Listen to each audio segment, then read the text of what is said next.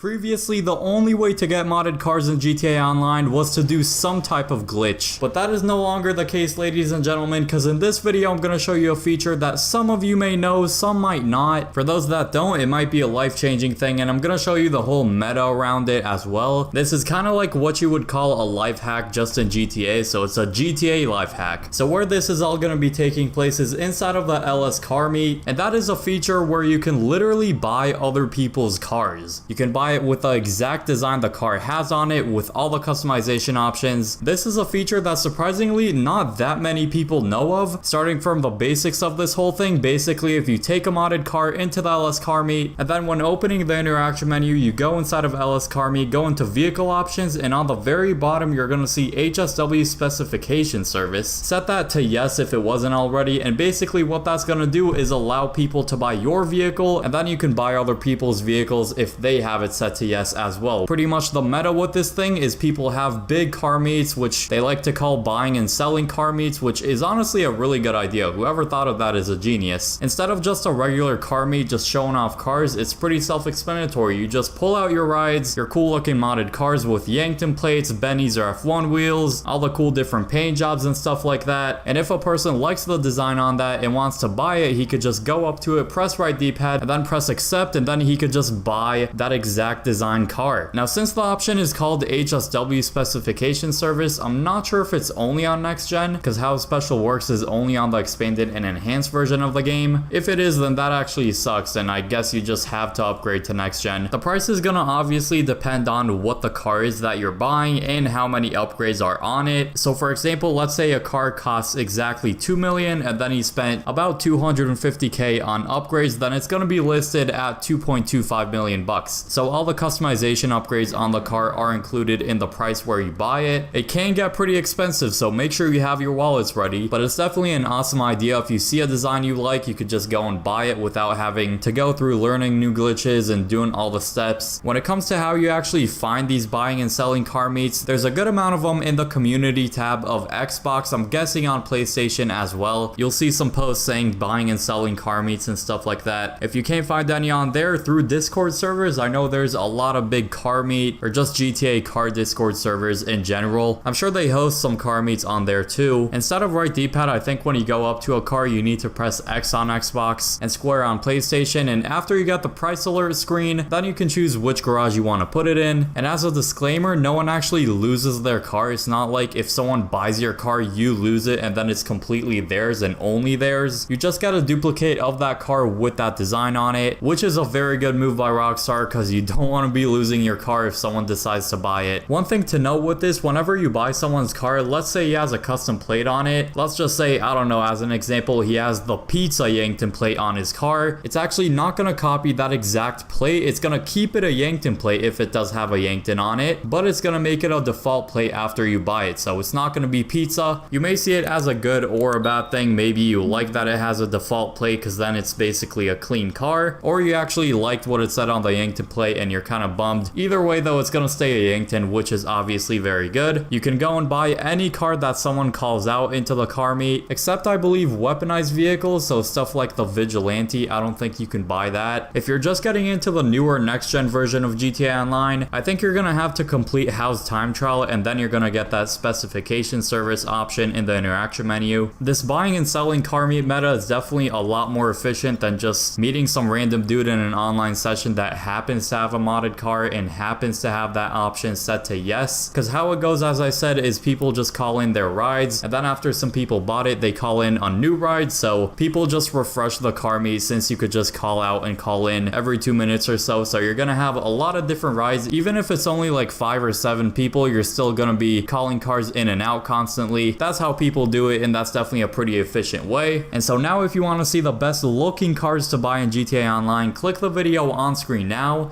I hope you all enjoy that video, and peace.